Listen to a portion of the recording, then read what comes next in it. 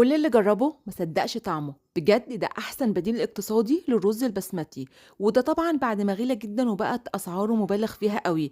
وكمان الوصفه دي حلوه قوي لو عندك عزومه. اولا ما بتاخدش وقت في تجهيزها، ثانيا هتشرفك جدا والكل هينبهر بيها. يلا بينا نشوف عملناها ازاي، بس يا ريت في الاول ما تبخلوش علينا باللايك. في الاول خالص كده زي ما انتم شايفين معانا كيلو من اللحمه، واللحمه اللي انا استخدمتها ديت نوعها ريش، تمام. بس انا جبتها كيلو على بعضها عشان بس اقطعها قدامكم واوريكم ان انا عايزاها يعني، او عايزه يعني لها قطعيه معينه. فطبعا جبت اللحمه وقطعتها لشرايح يكون سمكها رقيق، وبعد كده الشرايح اللي انا قطعتها دي قطعتها لجزئين. يعني انا هنا عايزه الكيلو لحمه ييجي لي في الآخر كده كمية لحمة كتيرة زي ما أنتم شايفين. طبعًا أنا حبيت أحط على اللحمة كيس كده فاضي وأدق على اللحمة عشان عايزاها تبقى ناعمة معايا، أولًا عشان ما تاخدش وقت في التسوية، ثانيًا عشان لمّا آجي ناكلها في الآخر ما تكونش بتشد معانا، تمام. الخطوة دي مهمة جدًا، جدًا، جدًا، بتخلّي اللحمة زي ما قُلت لكم بتبقى ناعمة وطرية ومش بتشد معانا. هنتبّل بقى دلوقتي اللحمة بشوية من الملح وشوية من الفلفل الأسود، وكفاية كده مش عايزين نكتر بهارات فيها.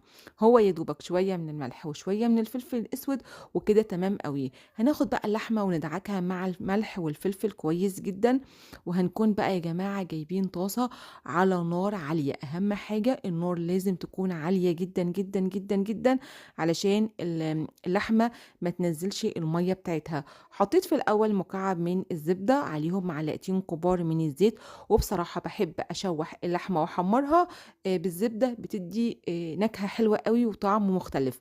هابدأ كده أوزّع اللحمة، وهنا ما شاء الله استخدمت طاسة كبيرة عشان أخلّص كمية اللحمة كلّها مرّة واحدة. وزي ما قُلت لكم لازم النار تكون عالية جدًا عشان اللحمة ما تنزّلش مَيّتها، وبالتالي اللحمة تنشف معانا، تمام. خلاص كده أول لمّا اللحمة بتبدأ تاخد لون من تحت على طول بنقلبها على الناحية التانية. أنا هنا عايزة أحمّر اللحمة على الناحيتين، بُصّوا يعني عايزاها كده لمّا بتتحمّر بتاخد اللون اللي أنتم شايفينه ده، ده اللون اللي إحنا عايزين اللحمة تتحمّر بيه. كل ما حمّرتِ اللحمة أكتر كل ما كانت النتيجة في الآخر أفضل وأحسن، تمام. كده خلاص بعد ما اللحمة اتحمّرت معانا هنخلّي بقى النار وسط وهنضيف نُص كوباية من المَيّة. هنا هنضيف نُص كوباية من المَيّة علشان عايزة اللحمة تستوي معايا. طب هل اللحمة بتاخد وقت طويل في التسوية؟ لأ، يا دوبك مرّة ضِفت فيها نُص كوباية وغطّيت على اللحمة وسِبتها لحد ما بتتشرّب المَيّة بتاعتها كلّها، وبعد كده رجعت مرّة تانية ضِفت نُص كوباية مَيّة تانية. يعني كل كمية المَيّة اللي ضِفتها لتسوية اللحمة هي كوباية من المَيّة.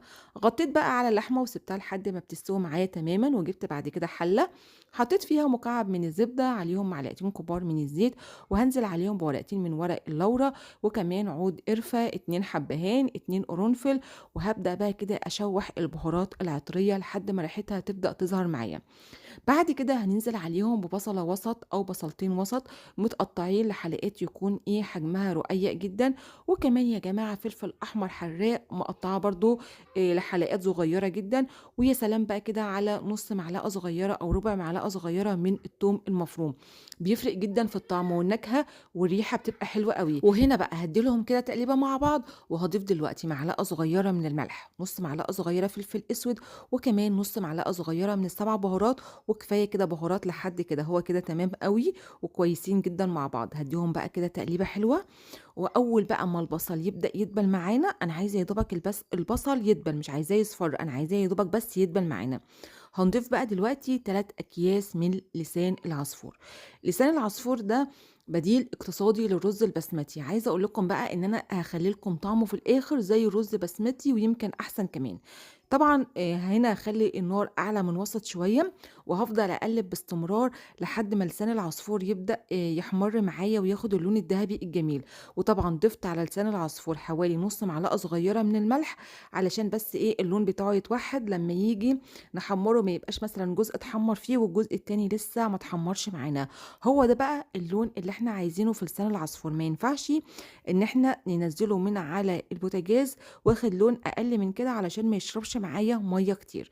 هاركنه بقى على جنب، وكانت كمان اللحمة خلاص يا جماعة استوت معايا تمامًا. هاعلّي بس كده عليها النار علشان تشرب أي سوائل موجودة فيها، والطريقة دي طريقة سهلة جدًا لتسوية اللحمة، بس أهم حاجة نوعية اللحمة هي اللي بتفرق في التسوية بتاعتها، يعني لو كانت نوعية اللحمة نوعية كويسة ما بتاخدش وقت خالص في التسوية. خلاص كده اللحمة زي ما أنتم شايفين استوت معايا، هاركنها برضه على جنب، وجِبت بقى هنا صينية واسعة يكون حجمها واسع معايا. وجِبت بقى اللحمة بدون أي مادة دهنية، هي خلاص اللحمة إحنا حمّرناها وفيها المادة الدهنية بتاعتها، وهابدأ كده أوزّعها في الصينية بالشكل اللي أنتم شايفينه. طبعًا زي ما أنتم شايفين قطعية اللحمة اللي أنا قطّعتها يعني تشوفي كده كيلو اللحمة تحسّي إن هو أكتر من كده. بعد بقى ما وزّعت اللحمة بشكل عشوائي، جِبت لسان العصفور ووزّعته بقى على اللحمة، وهابدأ بس هنا كده أساوي لسان العصفور على اللحمة كويس. بُص بقى، طبعًا أنا اللحمة اللي أنا سويتها ما كانش فيها شوربة، يعني أنا كنت باسويها بنُص كوباية من المَيّة، فعشان كده ما عملتش يعني منها شوربة.